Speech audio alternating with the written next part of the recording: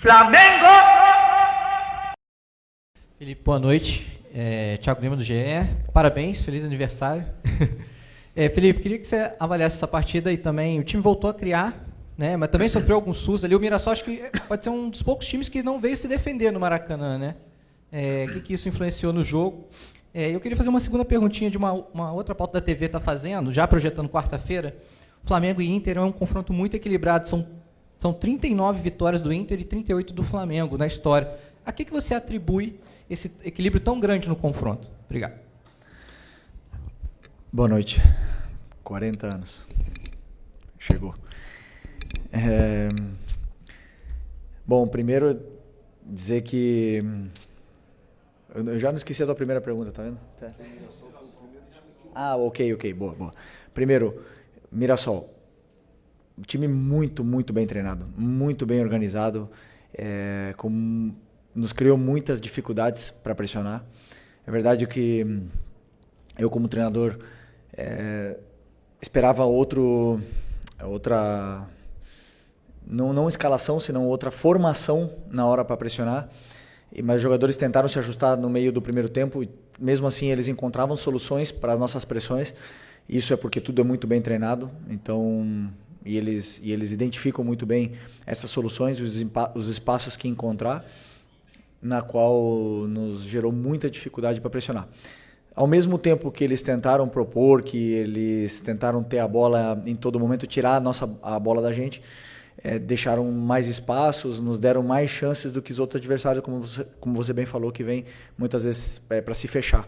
E, obviamente, nosso time criou muitas chances claras, onde não se converteram todas em gols, né? Então, isso vai muito da postura do adversário. Depois, com o placar, né, no segundo tempo, eles também deram um passo à frente, colocaram mais gente na nossa última linha e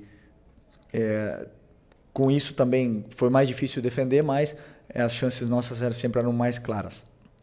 E no final fizemos o segundo gol e tomamos um gol aí com descuido, que nos gerou essa sensação de preocupação, né, até o final do jogo, no qual leva ainda mais o nível desse encontro e para vocês verem que não existe coincidência no futebol. Se um time é quinto colocado na 18ª rodada, como é o Mirassol, somente com 2 derrotas é porque o trabalho está sendo muito bem feito. Então, muito mérito do adversário. E contra o Inter, ainda falta. Amanhã eu vou começar a estudar o Inter, mas um confronto, claro, que muito igualado, 2 clubes históricos gigantescos e em igualdade de condições para essas oitavas. Boa noite, Felipe. Aqui, Sidão Marinho da Litoral News. Parabéns, feliz aniversário. Que seus sonhos possam ser realizados. Obrigado. Você falou sobre essa preocupação, né, que a equipe teve na reta final do jogo. Hoje o Flamengo conseguiu chegar àquele segundo gol depois que abre o placar, que você comentou lá no Ceará depois do empate, só que acabou sofrendo o gol. Você acredita que para o jogo do mata-mata da Libertadores contra o Internacional é uma preocupação que você tem, em cima do que você falou também, dessa eficiência da equipe, de finalizar e muitas vezes não conseguir colocar a bola no fundo da rede, ter essa assertividade para não criar essa preocupação na reta final do jogo? Não, a minha preocupação maior é que, primeiro, o time seja sólido na fase defensiva, muito sólido. E hoje realmente não tivemos a solidez que eu gosto, né? Já seja por mérito do adversário, mas também por alguns erros nossos que devem ser corrigidos. Eu sei e eles também sabem disso, né? Mas mesmo assim, o adversário chegou e criou muitas chances de bola parada, né? Com escanteios, com faltas, mas chegou, é verdade que chegou muito na nossa área.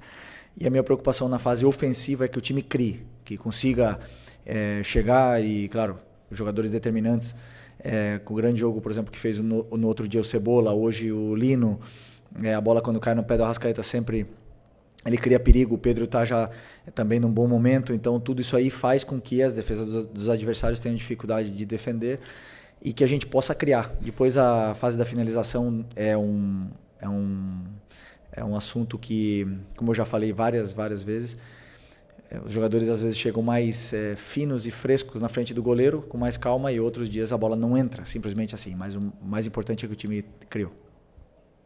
Felipe, boa noite, parabéns. Uma vitória no dia do aniversário, às vezes não acontecia. Eu queria te perguntar sobre essas contratações que o Flamengo fez e como você vê o elenco do Flamengo agora. Teve uma eliminação, claro, mas você está ainda recebendo esses jogadores, não deu para esses jogadores ainda atuarem da forma que você ainda vai preparar. Como você vê essa preparação, pensando, eu não vou falar nem em Libertadores, que está muito em cima aqui agora, pensando no restante da temporada, principalmente Campeonato Brasileiro, e caso continue na Libertadores, se Deus quiser, para você, né? Como você vê esse time encaixando, como você vê esse elenco agora com essas chegadas aí? Bom, primeiro dizer que a janela que o clube está fazendo extraordinária, né? Como eu falei na outra coletiva também, é um esforço muito grande do presidente e do Boto para potencializar ainda mais esse elenco que já era altamente qualificado. É verdade que tivemos algumas perdas importantes esse ano, mas não pararam de trabalhar nem um minuto para poder repor essas peças e que a gente possa continuar com esse nível altíssimo, né, desse elenco, que é um elenco muito forte. Pode ser que cheguem mais peças, pode ser que também saiam, né? Talvez a gente esteja com um número elevado de jogadores, pode ser que tenha algumas saídas, mas o mais importante é que a qualidade do elenco continua sendo muito alta e preparados para poder aguentar essa maratona de jogos até o final da temporada. Felipe, boa noite. Boa noite. Parabéns aí, 40 anos. Felipe, com essas saídas, você teve o Gerson e o Wesley, que eram praticamente jogadores fundamentais no seu esquema de jogo, e chegada de 5 outros jogadores, contando com o Jorginho, que chegou antes do Super Mundial. O seu trabalho como técnico, o maior desafio que você passa a ter agora é fazer com que esses novos jogadores se incorporem ao elenco, ou seja, fazer esse, entre aspas, novo time da Liga para você continuar aí o restante da temporada? Bom, já também emendando, que eu esqueci de responder, mas boa pergunta, né? Sobre esses jogadores que chegam e eles têm que ainda ganhar o conteúdo todo tático, né? A parte técnica eles já têm, são diferenciados, muito diferenciados. Agora cabe a mim fazer com que eles se adaptem o mais rápido possível ao modelo de jogo, que não é só pegar a bola e fazer a diferença. Existem muitos detalhes da fase defensiva, da fase ofensiva, da pressão alta. Existem muitas coisas que os jogadores que já estavam mais tempo sim sabiam, mas não só isso, senão alguns jogadores que também machucaram, no caso do Eric e do Nico, que vinham jogando constantemente, que também ajudam com que qualquer jogador que possa chegar também possam assimilar tudo mais rápido, né? Então, obviamente que você falou do Gerson e do Wesley, são dois jogadores extraordinários que saíram, e agora nós temos jogadores jovens, novos, que também têm fome e ambição de fazer história aqui no Flamengo, a sua história. Então, acredito que vai ser rápido essa adaptação desses novos jogadores, porque treinamos sempre em função do que é o modelo de jogo e o plano de jogo, então vai ser rápido. Aqui Felipe, boa noite, parabéns pela vitória pelo dia de hoje. Marcos Martins, do canal da QSRN.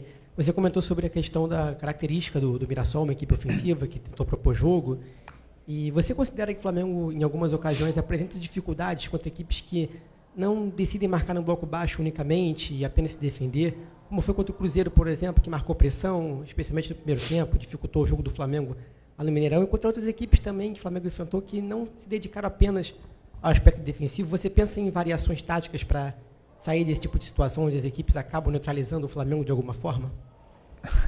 Na outra coletiva a pergunta era se os times se fechavam e criavam dificuldades para o Flamengo. Agora são os times que jogam que criam dificuldade? Sempre, todos os times criam dificuldades para o Flamengo. Todos. Os que jogam, os que não jogam, os que se defendem em bloco baixo, os que pressionam alto, os que não pressionam. Todo adversário tenta anular e fazer um plano para anular o Flamengo e os adversários que venham pela frente. Então sempre são adversários complicados. E o Mirassol tem, como eu falei, um trabalho muito bem organizado, onde eles sim tentaram propor e tentaram sair da nossa pressão e conseguiram muitas vezes com êxito, também não todas, porque nós também roubamos bolas e criamos chances de gol a partir da perda da bola deles, mas é um adversário que teve muito mérito no que é no que é o seu plano de jogo, que não é igual, nem um pouco parecido com o que foi o Cruzeiro no Mineirão, nem um pouco, mas é um trabalho muito diferente. A forma que o Mirassol e o trabalho que desempenhou aqui dentro do Maracanã, talvez, posso estar enganado, posso não estar lembrando, foi a equipe que melhor jogou contra o Flamengo no Maracanã durante esse ano, na qual tenho que dar parabéns para o treinador. Estou feliz por causa que ganhamos o jogo, mas tenho que reconhecer que eles foram muito bem no jogo e foi um jogo igualado, na qual nós fomos mais determinantes nas áreas. Felipe, Raíssa Simplício da Gol Brasil e da revista Placar, parabéns, feliz aniversário para você. Obrigado. Eu queria te perguntar sobre o Saul, acabou não entrando em campo hoje, mas você falava do Gerson, até você falava, vocês enxergam o Gerson de um jeito, mas eu gosto de colocar ele para jogar de outro jeito, e eu queria entender de você como é que você enxerga o Saul nesse time. Sei que ele ainda está pegando ritmo, se adaptando, mas se você vê ele jogando mais como segundo volante ou jogando mais como meia ali pela direita, enfim. E, se me permite, rapidinho, o Vinha e o Juninho Michael ficaram de fora da lista dos relacionados. Você acabou de falar essa questão do elenco, né, que está com bastante jogadores. Eu queria entender como é que foi o seu critério para decidir, por exemplo, deixá-los de fora hoje. Qual foi a primeira? O Saul, desculpa. Sim, já lembrei. O Saul é um jogador que é polivalente, ele joga em todas as partes do meio campo, já jogou de lateral, já jogou de zagueiro, já jogou até de atacante, mas hoje pelas necessidades que a equipe apresenta, pela composição do elenco, eu vejo ele como para essa posição que estava o Gerson, agora está jogando o Plata e o Luiz Araújo e o Matheus Gonçalves. Eu vejo ele para essa posição, já falei com ele antes de ele vir para cá, que era a posição que ele jogava no Atlético de Madrid nos anos onde ele melhor rendeu. É verdade que nos últimos anos ele vinha jogando de volante, mas eu acredito que ele tem muito para oferecer nessa posição. Ele chega bem na área, ele é um jogador determinante na frente, faz a diferença, mas com certeza hoje era uma das opções minhas pro banco na parte na substituição de um dos dois volantes se precisasse, né? Claro que ele não tem, como eu falei, o mesmo conteúdo ainda, são vários detalhes da fase defensiva, são vários detalhes também na fase de construção, que ele vinha treinando mais na frente, então tentei segurar um pouco essa substituição hoje dos dois, e também do Vitor Hugo, que estava no banco como opção de volante.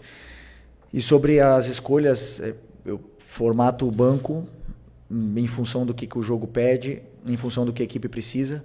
Claro que o Vinha é um jogador internacional, um jogador que já todo mundo sabe da qualidade que tem, mas na hora de escolher e ficar com 3 laterais esquerdos no banco, onde provavelmente não ia entrar nenhum deles, como hoje não entrou nem o Ayrton, então eu optei por deixar ele treinando hoje, porque ele precisa de treino, ele precisa de ritmo, da mesma forma que o Juninho e da mesma forma que o Michael. Então, a hora que precisar, eu sei que eu posso contar com eles, que eles estão bem treinados, e foi mais isso, mais em função do que um plano do que a equipe precisava para o jogo.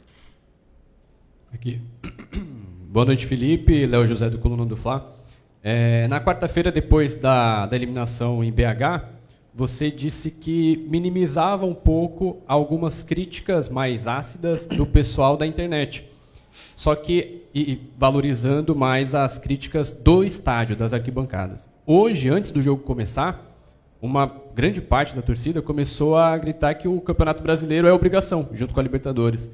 E já levando em consideração esse seu pensamento, você também acredita que o Campeonato Brasileiro agora é uma competição que o Flamengo pretende, que o Flamengo precisa tratar como obrigação, chegar até a última rodada disputando o título? Primeiro que naquela minha resposta, eu generalizei muito o que é a situação da internet, e claro que me expressei mal, né? Mas acho que a maioria de vocês entendeu o que eu quis dizer naquele momento, e até alguns de vocês até me defenderam em função disso, né? Claro que o que eu quis dizer é que as redes sociais, elas perdem muitas vezes o controle, e se você ficar se guiando por isso, você fica louco e você perde a noção, né? Até mesmo muitas pessoas têm problemas mentais por estar lendo comentário do que outros pensam. Então eu quis dizer isso, o que é exagerado que é e o extremista que é muitas vezes são as redes sociais.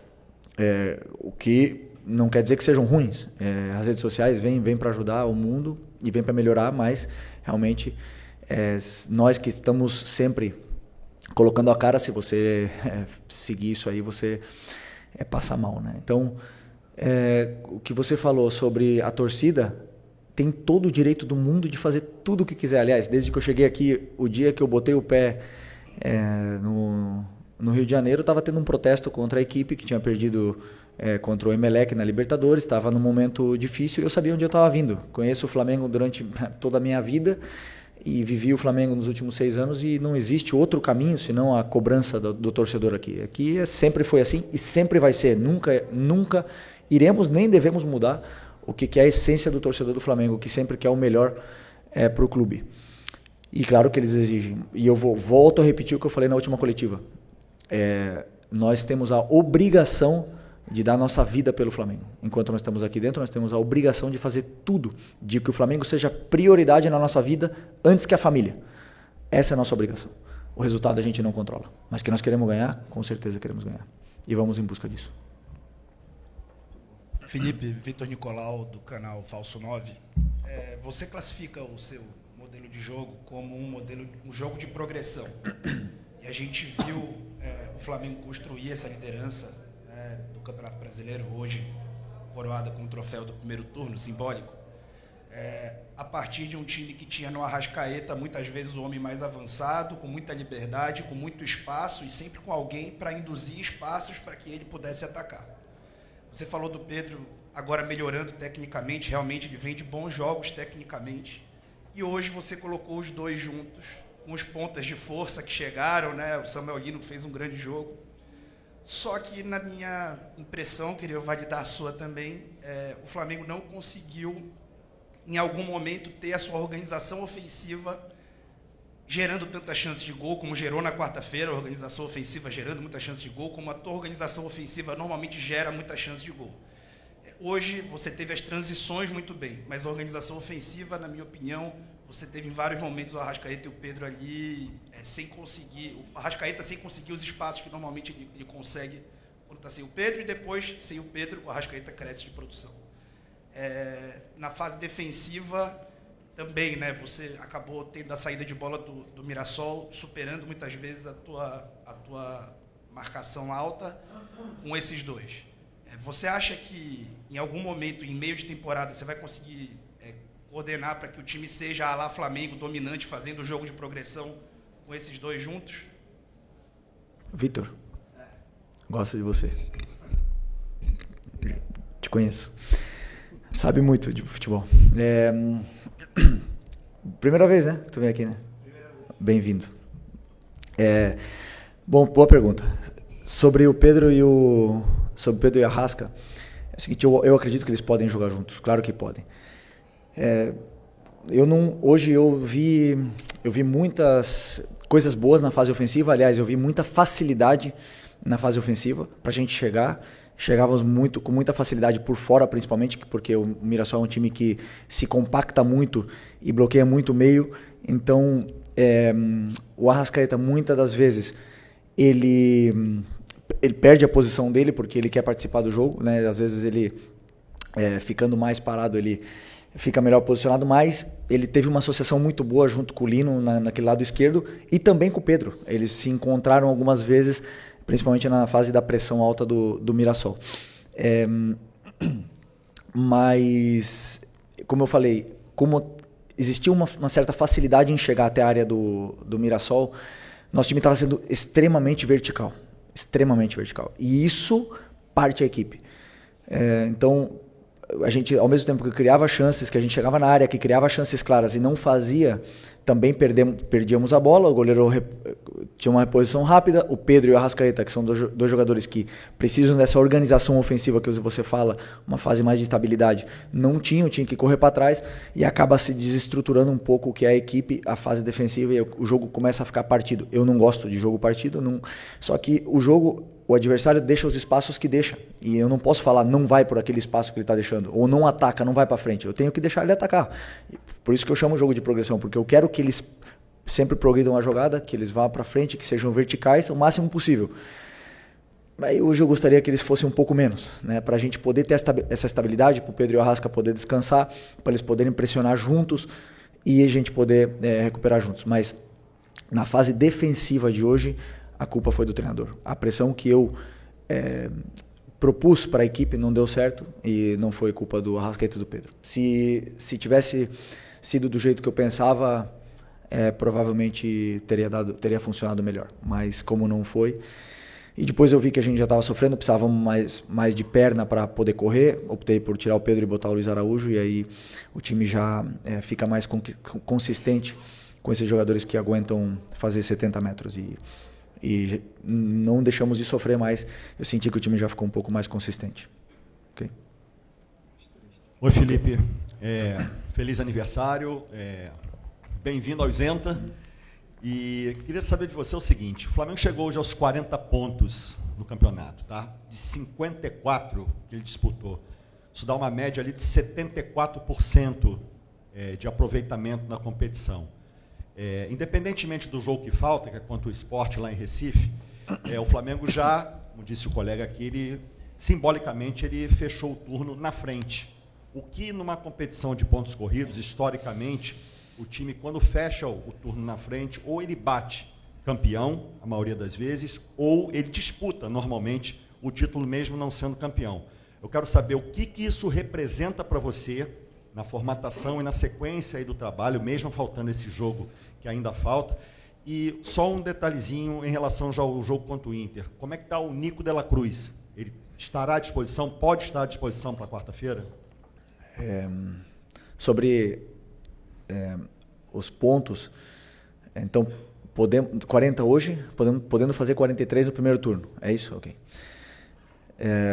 São bons números, claro que poderiam ter sido melhores, mas também poderiam ter sido piores.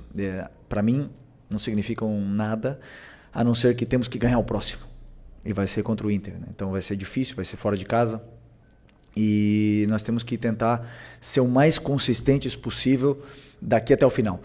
Eu, desde que eu cheguei no Flamengo, todos os anos que eu cheguei no Flamengo, quase sempre a gente teve que perseguir o líder, né? Em 2019 perseguimos no primeiro turno e acabamos conseguindo virar essa vantagem, tomar a liderança e ficar até o final. E em 2020 também, não éramos líderes, acho que era o São Paulo durante muito tempo, depois foi o Inter, depois a gente retomou e sempre foi perseguidor.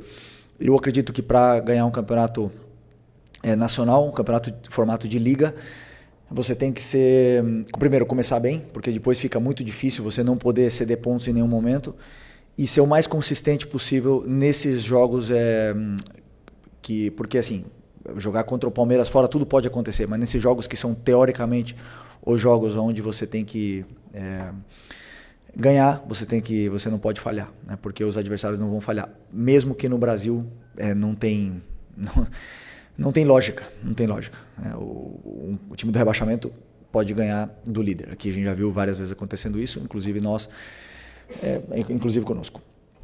Então, que representa isso é motivação para seguir brigando pelo título. E sobre o Nico, tenho esperança, mas não sei se vai ser possível. Mas está perto. Felipe, boa noite. Pedro Ramos da Sintonia Esportiva. Desde que você assumiu, primeiro feliz aniversário, desculpa. Desde que você assumiu o comando do Flamengo, você sempre cita pequenos detalhes na partida, desde pressão alta, desde as movimentações do jogo. E eu queria que você comentasse sobre a saída do Rossi ultimamente, porque contra o Ceará ele saiu mal, o Pedro Raul chegou a fazer gol de empate. O Pedro Raul, depois da partida, disse que acompanhava as saídas do Rossi, que ele realmente saía mal, parava e acabava dando oportunidade para o centroavante. Hoje, no escanteio, se não me engano, o Rossi acabou saindo mal de novo e teve uma bola que ele foi encoberto, o Léo Pereira acabou salvando, que seria talvez mais 2 pontos desperdiçados com um erro individual. Eu queria saber qual o trabalho que vocês fazem sobre isso, se é algo já identificado na sua comissão técnica, até porque recentemente, pelo menos na imprensa, que o Flamengo estaria de olho em outros goleiros, não talvez para essa temporada, mas talvez para a próxima. Eu queria saber o que você pensa, não só sobre o Rossi, mas talvez sobre a necessidade de ter um outro goleiro também para o Flamengo. Obrigado. Primeiro que essa saída do Rossi nos deu e nos dá e nos dará muitas alegrias, porque eu pessoalmente eu gosto que ele saia do gol. Eu gosto de goleiro corajoso, que tenha essa confiança de poder ir lá e aliviar. Durante muitas vezes, a maioria das vezes deu certo, e todo o goleiro, como todo jogador, oscila, passa por momentos de menos confiança, mas sabemos do risco que pode existir numa saída de bola, e eu quero que ele continue saindo. Uma opção minha. E sobre uma reposição é um assunto para o Boto, mas com certeza o Flamengo sempre está atento ao mercado, ainda mais porque pode ser que tenhamos uma saída no final do ano. Buenas noches, Okay. Felipe. Tá bom. Aquí. Buenas noches. Primero que todo, feliz cumpleaños. Gracias. Quería preguntarte por Jorge Carrascal.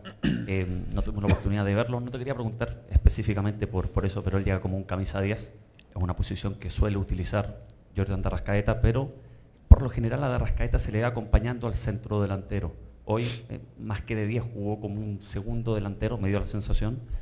Y quería preguntarte, después de ver más de una semana a Carrascal, ¿dónde lo ves? ¿Qué rol cumpliría? ¿Más cercano al delantero? ¿Más como un 10? ¿O incluso quizás en esa posición que muchas veces utiliza Jorginho y que era un rol que en algún momento estuvo pensado como para Nico de la Cruz? Bueno, primero es un jugador con un talento y una calidad gigante, muy grande, tiene muchísima calidad, se nota, lo hemos visto esta semana.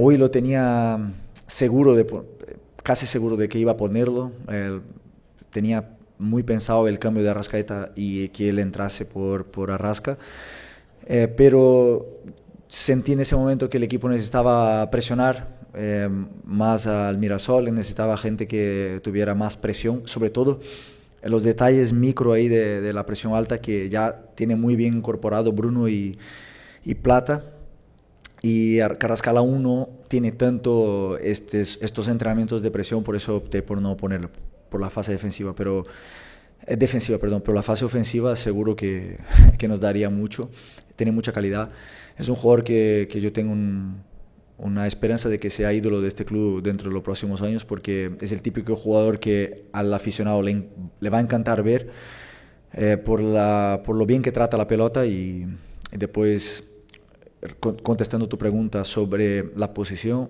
yo le veo en la misma posición que jugó Arrascaeta hoy. Sin embargo, él me dijo que puede jugar tanto abierto como en la posición en derecha también. O sea, en las 4 posiciones de arriba, él puede jugar en las 4. Entonces, con la cual va a tener muchos minutos durante la temporada, hay partido para todos y sin ninguna duda va a ser un jugador, pero va a ser un jugador importantísimo para mí, para nosotros. Obrigado, boa noite, pessoal.